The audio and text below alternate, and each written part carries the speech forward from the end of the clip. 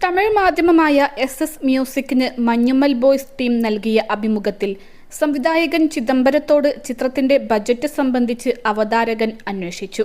20 കോടിയാണ് ചിത്രത്തിന്റെ ആകെ ചിലവെന്ന് ചിദംബരം പറയുന്നു. മാർക്കറ്റിംഗ് ചിലവുകൾ ചേർത്ത് 20 കോടിക്ക് മുകളിലാണ് ബജറ്റ്. ഒഫീഷ്യൽ ആയി എനിക്ക് പറയാനാവില്ല. തമിഴിൽ ഇത് ഒരു ചെറിയ സിനിമയുടെ ബജറ്റായിരിക്കാം. പക്ഷെ മലയാളത്തെ സംബന്ധിച്ച് ഇത് വലിയ ബജറ്റാണ്. ഒരു സൂപ്പർ താരം ഇല്ലാത്ത സിനിമയെ സംബന്ധിച്ച് ചിദംബരത്തിന്റെ വാക്കുകൾ. അഭിനേതാക്കളുടെ പ്രതിഫലത്തേക്കാൾ സാങ്കേതിക മേഖലയിലാണ് ചിത്രത്തിന്റെ നിർമ്മാതാക്കൾ കൂടുതൽ ഇൻവെസ്റ്റ് ചെയ്തതെന്ന് ചിത്രത്തിലെ നടനും കാസ്റ്റിംഗ് ഡയറക്ടറുമായ ഗണപതി പറഞ്ഞു. ചിത്രത്തിന്റെ വലിയൊരു ശതമാനവും സംഭവിക്കുന്നത് കൊടൈക്കനാലിലാണ്.